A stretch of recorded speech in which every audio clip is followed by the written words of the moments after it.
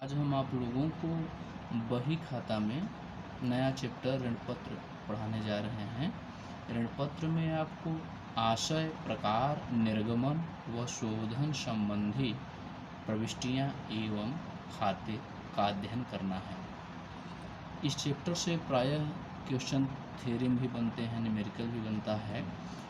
तो एक क्वेश्चन बनता है कि ऋणपत्र क्या है, ऋणपत्र के विभिन्न प्रकारों का वर्णन कीजिए। बहुत ही महत्वपूर्ण प्रश्न है। आज इस प्रश्न का हम लोग अध्ययन करेंगे। तो सबसे पहले हम जानेंगे कि ऋणपत्र क्या है। ऋणपत्र कंपनी द्वारा लिए गए लिखित स्वीकृति पत्र होता है जो कंपनी की मुहर या सार्वमुद्रा के अंतर्गत निर्गमित किया जाता है। ऋणपत्रधारी कंपनी के ऋणदाता होते हैं। ऋणपत्रधारी का मतलब जब जो व्यक्ति ऋणपत्र खरीदता है उसको ऋणपत्रधारी कहते हैं, और जो व्यक्ति अंश खरीदता है उसको अंशपत्रधारी कहते हैं या अंशधारी कहते हैं। ऋणपत्रधारी जो होते हैं वो कंपनी के ऋणदाता होते हैं। उन्हें एक निश्चित दर से ब्याज दिया जाता है, चाहे कंपनी को लाभ हो या हानि हो, उनको ब्याज निश्चित रूप से प्राप्त होता है। और यह ब्याज उनको प्रायः छमाही के अंतर्गत प्राप्त होता है। तो इस प्रकार से हम कह सकते हैं कि ऋणपत्र ऋण पूंजी जुटाने का एक महत्वपूर्ण साधन होता है। परिभाषा: कंपनी अधिनियम 2013 की धारा 2(30) के अनुसार ऋणपत्र में कंपनी का ऋणपत्र, स्कंध, बांड तथा अन्य दूसरे प्रकार की प्रतिभूतियां शामिल की जाती हैं, चाहे वे कंपनी की संपत्ति पर प्रभाव रखती हों अथवा नहीं। इसमें कंपनी अधिनियम की जो परिभाषा दी गई है बहुत ही महत्वपूर्ण परिभाषा है।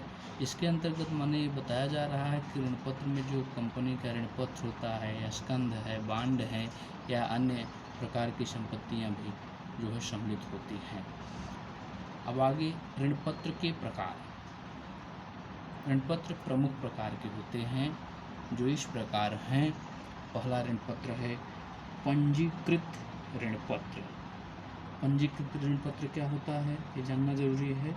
इन पत्रों के धारकों का नाम कंपनी के ऋणपत्रधारियों के रजिस्टर में अंकित होता है। ऐसे ऋणपत्र स्वतंत्र रूप से हस्तांतरण नहीं होते, बल्कि इसके लिए हस्तांतरण प्रलेख भरना आवश्यक होता है। दूसरा वाहक ऋणपत्र, बियरर डिवेंचर। ऐसे ऋणपत्रों के धारकों का नाम कंपनी के रजिस्टर में नहीं लिखा जाता है।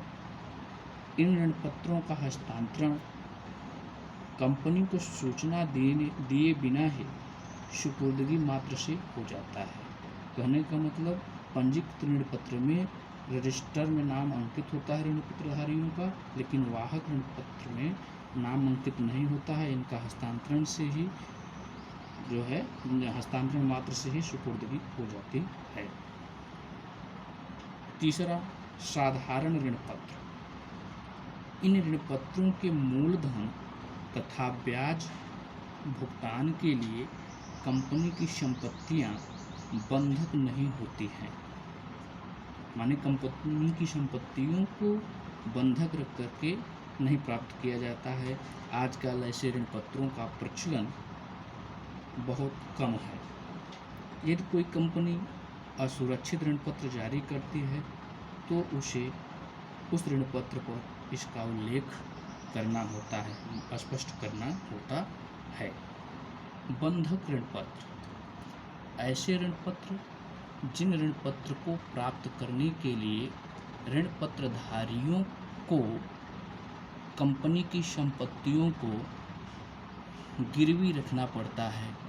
कंपनी की चल अचल संपत्तियों को गिरवी रख करके ही जो ऋणपत्र प्राप्त किया जाए उसे बंधक ऋण पत्र कहा जाता है।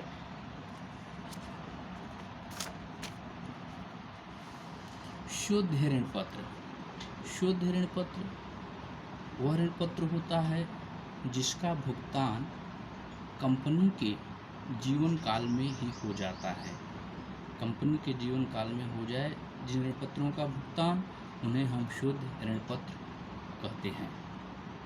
अशुद्ध ऋण पत्र, इरिडीमेबल डिबेंचर, ऐसे ऋण पत्र जिनका भुगतान कंपनी के जीवन काल में नहीं होता है बल्कि कंपनी के समापन पर किया जाता है, तो ऐसे ऋण पत्र को हम अशुद्ध ऋण पत्र कहते हैं।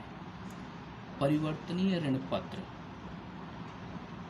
ऐसे ऋण पत्र जिनको अंशों में परिवर्तन किया जा सकता है उसको परिवर्तनीय ऋण पत्र कहते हैं।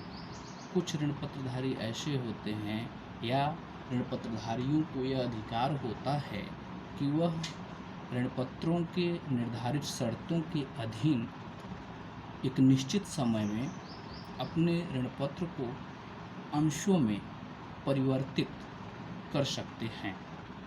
अपरिवर्तनीय ऋण पत्र,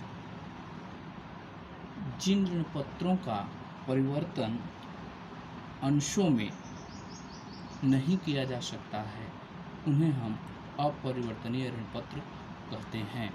माने जो ऋण पत्र हैं वो ऋण पत्र ही रहेंगे, उनको अंशों में परिवर्तित करने का कोई विकल्प प्राप्त नहीं होता है।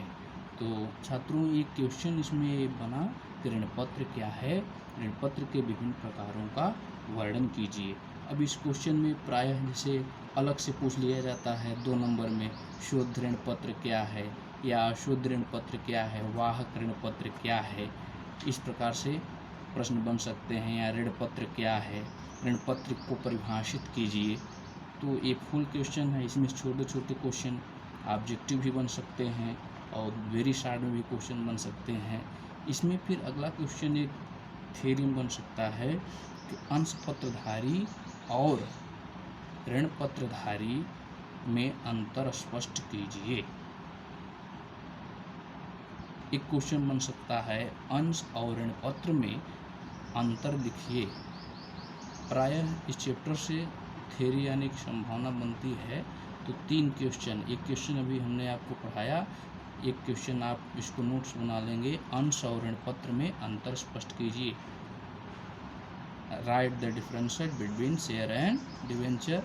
और अगला क्वेश्चन अंश पत्रधारी और ऋण पत्रधारी में अंतर लिखिए। Right the differences between share holders and debentures holder. ये दोनों क्वेश्चन आपको नोट्स तैयार करना है, आप लोगों को नोट्स तैयार करना है। कोई समस्या आती है तो हम बताएंगे और इसके बारे में डिस्क्राइब भी करेंगे।